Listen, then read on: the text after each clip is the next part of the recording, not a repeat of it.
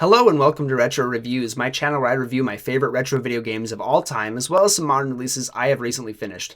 Today I want to talk about a retro video game that I absolutely adore, that I grew up playing and recently finished for the second time in my entire lifetime, and that is Zombies Ate My Neighbors for the Super Nintendo Entertainment System. This is a super underrated arcade shooter with a ton of content to experience. I remember watching my older siblings play and playing with them, not being able to make it past even, I think, level 15 in this game, where there's 48 main levels and a couple bonus levels as well. We got nowhere near the end. And I remember banging my head against the wall and not being able to figure out how to beat this game. I think when I was about 10 years old, I got to level 22. And that was the furthest I'd ever been, and I was unable to get any further than that. I think I wrote down a code because they have a password system to get to certain levels. You can get little blocks of levels, and if you use the password, you can start at that level instead. I had a passcode for, I think, the level right before, and I wrote it down wrong or something. It didn't work, and I was devastated because I had never gotten that far, and I didn't think I'd ever get that far again. But then I persevered later on, a few years down the line. I kept going back to it, kept picking it up, and I finally beat the game all the way through, and I could not believe how difficult it was by the end of it. And recently, within the last few years, it actually got a modern re-release. Out of the blue, it got announced that Zombies Ate My Neighbors and its sequel, which is terrible, by the way, I will not be reviewing that one. I played it for like 5 minutes and gave up. They announced that was going to be getting paired in a bundle. It launched on the Switch for $15. I was there day one. I beat it within that night. I think within a couple hours, I had finished the entire experience and had an absolute blast. It didn't get any easier for me. I just was so familiar with the game and remembered so much about it. I was able to get some optimal strategies early on that really proved beneficial for the late game.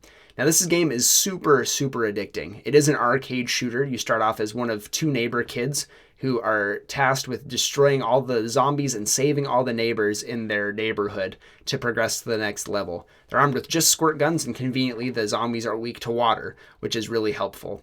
But then you'll unlock other weapons as you go along. You just find them on the floor, on the ground, in little cupboards hidden throughout the world that will give you different advantages. You have stuff like a weed whacker to get rid of weeds that will damage you if you walk over them. You have stuff like bazookas that'll shoot a mega shot at enemies that kills lots of low-level enemies, and even some big ones will even blow holes in certain walls if you can see the weakness in the structures. You have tons of variety. You have things from like a holy cross that encircles you that does mass damage to things like werewolves. This game is wacky and weird, and it's really wonderful as well. I feel like this must have enough attention to get a re-release that most people enjoyed it, whoever played this game back in the Super Nintendo era.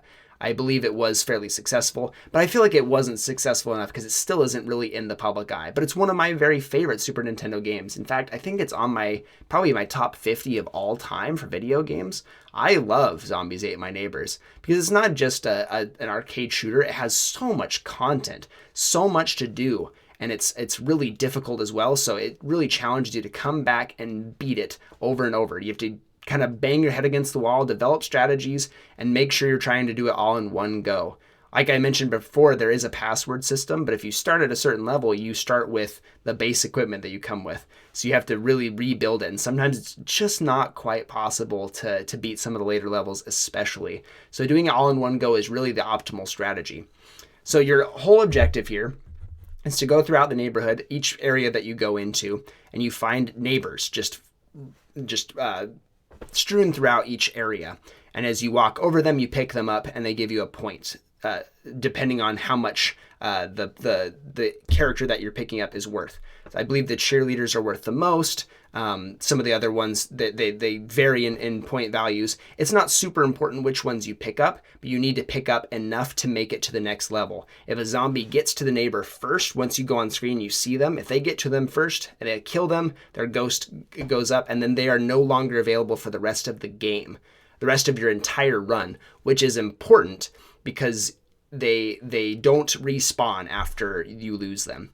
You start off with X amount, I can't remember the total amount, but once you lose one, for the rest of your run, all the way up to level 48, you have one less neighbor, and so on and so forth. So if you get down to the point where you lose the very last neighbor, you lose the game entirely. So it's really important to get as many as you can, if not all of them, every single level. The more you lose, the less you have to gain in each level to progress to the next area, but also the more opportunities you have to lose them.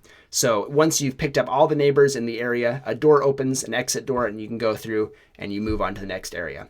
There's so many secrets to uncover in each area, though, that sometimes you'll get the last neighbor, you'll get the exit door, and you need to go explore a little bit and get some extra stuff to beef up your arsenal to make sure that you're going to be safe for the next level or even for the rest of the run. Some specialty items like potions that turn you into an invincible monster with tons of super strength are really important for later game, especially when you fight against big bosses or areas that are just too difficult with the typical items that you have. Sometimes the weaponry that you get is just not enough for some of the bigger things that you fight. Each level is laid out in their own motif. The first one's just a little neighborhood. You have that one repeat a couple different times, but with different aspects added to it. Like the very beginning, you just have zombies, a couple low-level enemies, and that's about it. But later on, you'll come back to a neighborhood. I'm not sure if it's the same one or a different one. You'll have aliens hunting you this time. They'll add more and more challenges the more you get into the game. They'll also change the design of each area. Sometimes you'll be in like an Egyptian themed with pyramids and ruins inside. You'll have other places that are primarily water. You'll have these little water mermaid creatures that try and attack you, and you are defenseless when you jump in the water. You can get in the water and swim, but you are defenseless in there. Sometimes some enemies can't get into the water, so it's a good way to get away from them. But for the most part, it's not a great idea to get in the water as much as you can. Other areas have trampolines, let you bounce over walls if you don't have the ammunition to be able to blow up the wall.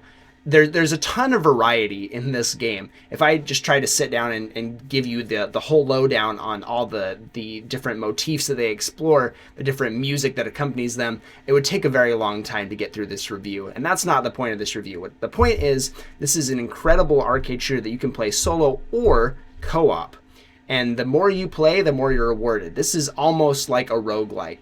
In certain ways. You're not getting specialty items that are randomized each and every time. This is probably kind of the groundwork for that style of thing. Arcade shooters really prepared the way for that kind of thing because you're repeating the same run over and over again, but you're learning and growing each and every time, so you're more powerful the next time you come around.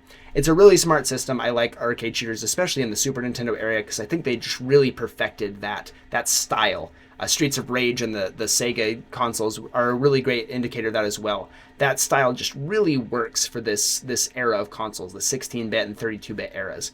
I love Zombies Ate My Neighbors. There's a ton of content to explore. I would recommend if you're going to try out this game, get it on the Switch or on I believe it's on PlayStation 4 and Xbox One as well. I'm not completely positive on that, but I think it is. Get the most recent re-release. Has lots of quality of life features that improve the experience. I believe it lets you save, and you have some more freedom to not do everything in just one go, and which is really helpful, especially for something this difficult. It can be incredibly difficult at times, but I highly recommend this one. It's one of my favorite Super Nintendo games of all time, and I'm really glad it got a re-release, and it's getting some more attention and traction as the time goes on. You can almost certainly get it on sale for less than $15, so wait for a sale and buy it, because it's really a lot of fun.